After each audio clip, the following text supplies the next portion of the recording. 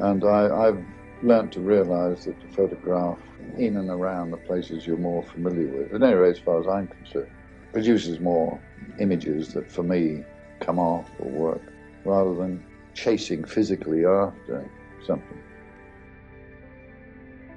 The visual world is so absolutely crammed full of wonderful, magical things, just asking to be looked at. Hi there.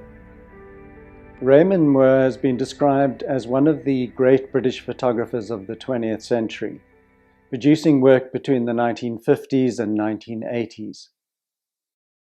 After he died in 1987, his work disappeared from public view because of a legal and financial battle between his widow, an auction house, and a financial institution.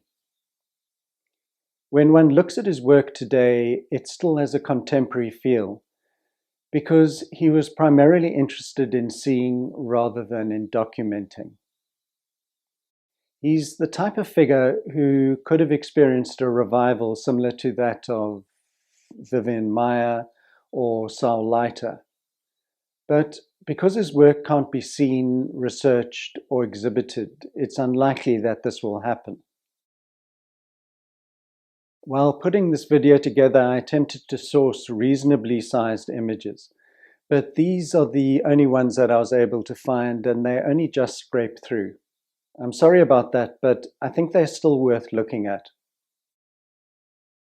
UK art institutions have historically not taken photography very seriously, and when Moore died, there was no real attempt to acquire or safeguard his archive.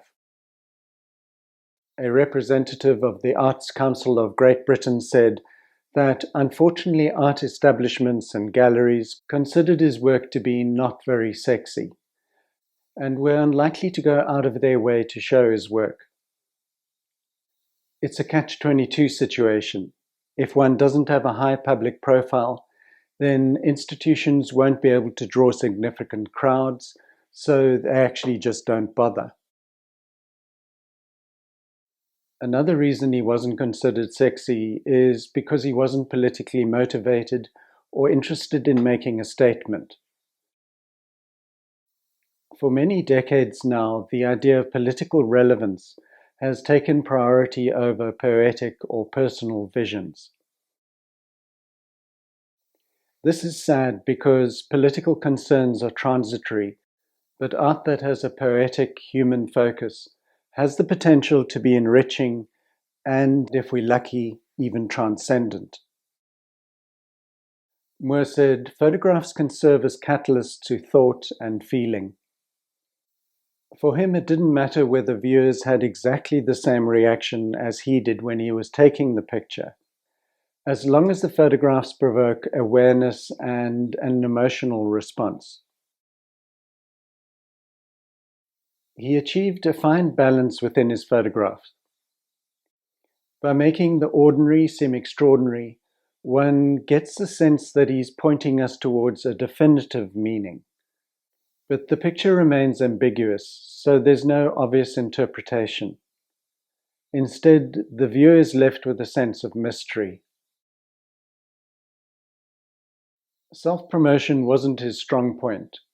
In a BBC documentary highlighting his work, he comes across as reserved, even melancholic. But in his defense, in the working-class regions in which he lived and photographed, being too arty or pompous would probably get you barred from the pub.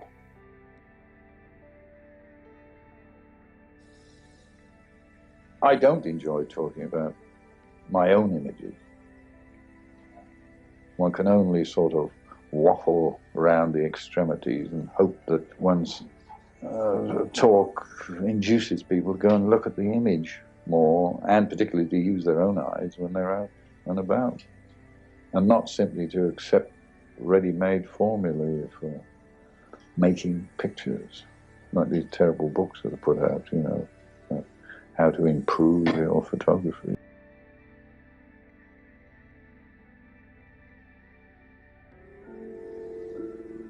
I'm sure you'd find that there's a very minimal number of people that really felt themselves, to be concerned or interested in what I do. Which I think is very sad, not because of me, but the attitude.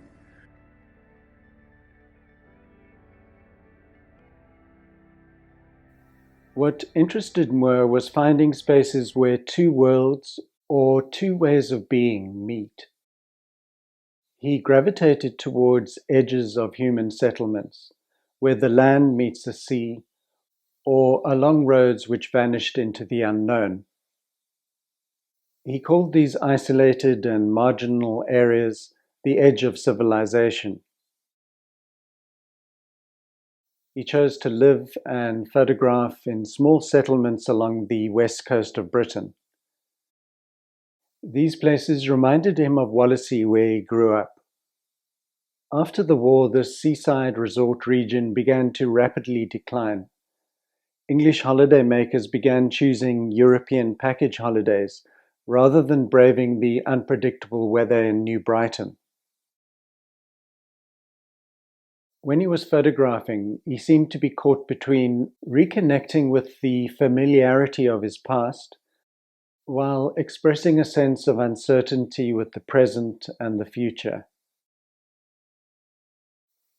The parts of Britain that he was drawn to had once supported thriving industrial communities, but as the factories closed down, social decay set in. Unlike photographers like Chris Killip, Moore wasn't documenting the state of society. He was creating images that say something beyond the physical state of limbo between life and death. He was trying to express something broader about the human condition.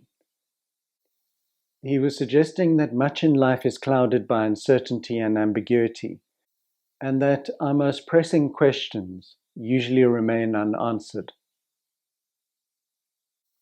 This image, taken in a graveyard, spells out the separation between the living and the dead. The three gravestones in the foreground are balanced by the structure and clump of trees in the background. The people who work or live in this building seem to have guarded or screened themselves off from the dead. But it's also a gentle composition of thirds that allows the different elements, both physical and psychological, to merge. Some of his pictures suggest parallels with the new topographic photographers, because he was drawn to the suburban edges that reveal the interface between nature and human presence. The photographs of man-altered landscapes made by Robert Adams and Louis Baltz were often concerned with describing the changing American landscape. Their approach to these places was almost forensic. They were exploring the moral and environmental consequences of human encroachment into natural spaces, and asking what these developments reveal about society. Moore's photographs seem at times similar to this work, but his motivations were quite different. His concerns were more personal and intuitive. He was less interested in documenting the changing landscape or highlighting social issues than in discovering visual relationships within it.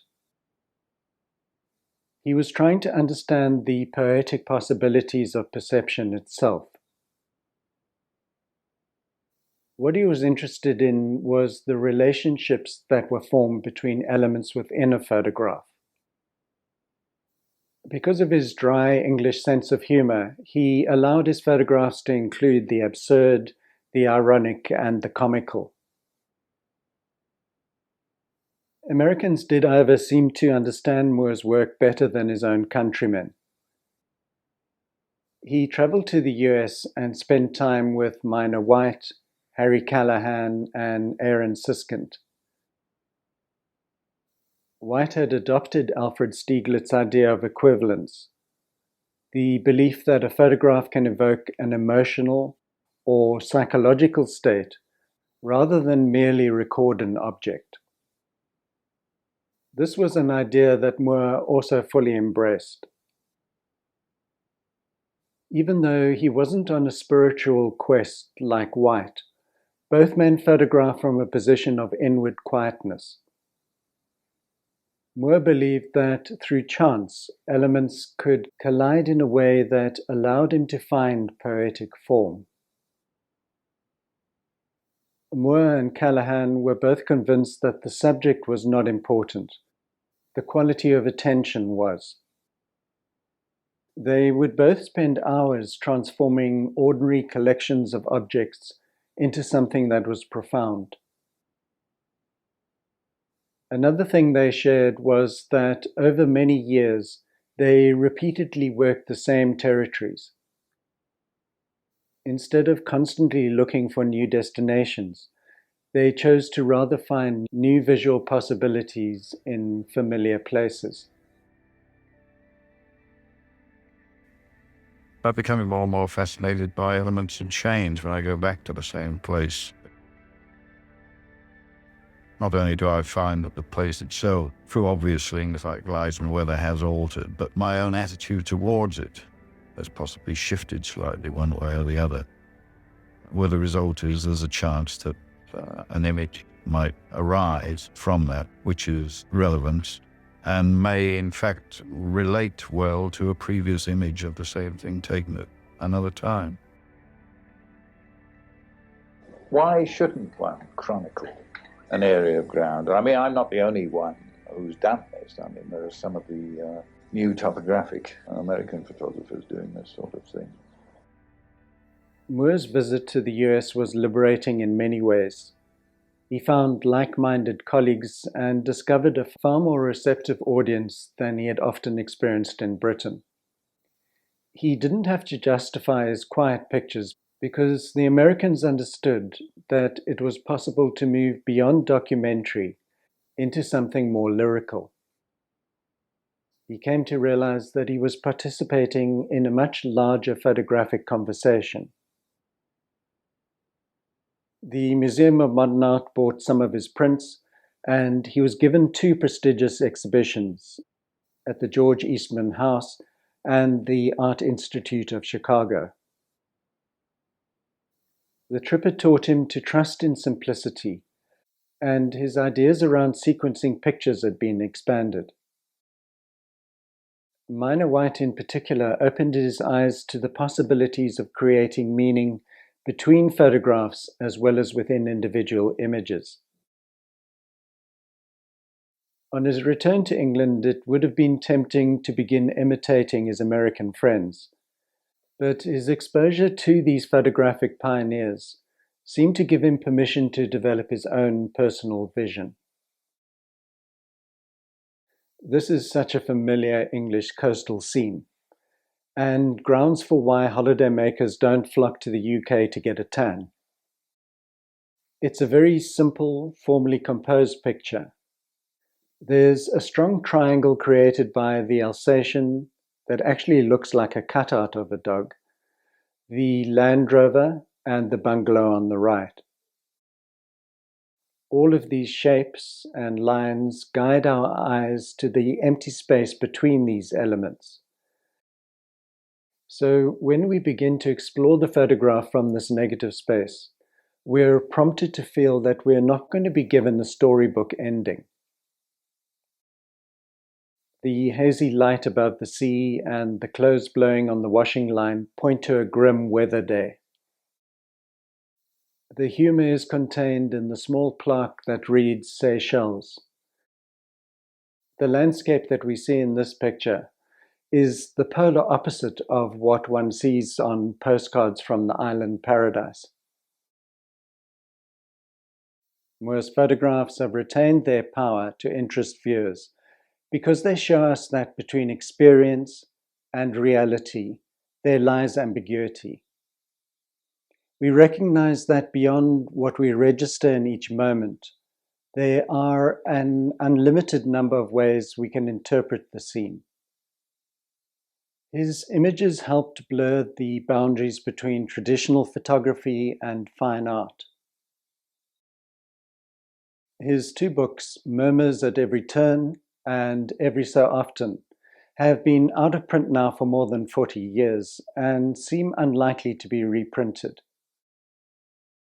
While his archive stagnates in some vault, his achievements and contribution fade from memory. There's a particular irony and repetition connected with this unfortunate outcome, because Moore's photographs often focus on transience, disappearance, and things on the verge of being overlooked. I hope you enjoyed that work. Please join me next time. Cheers.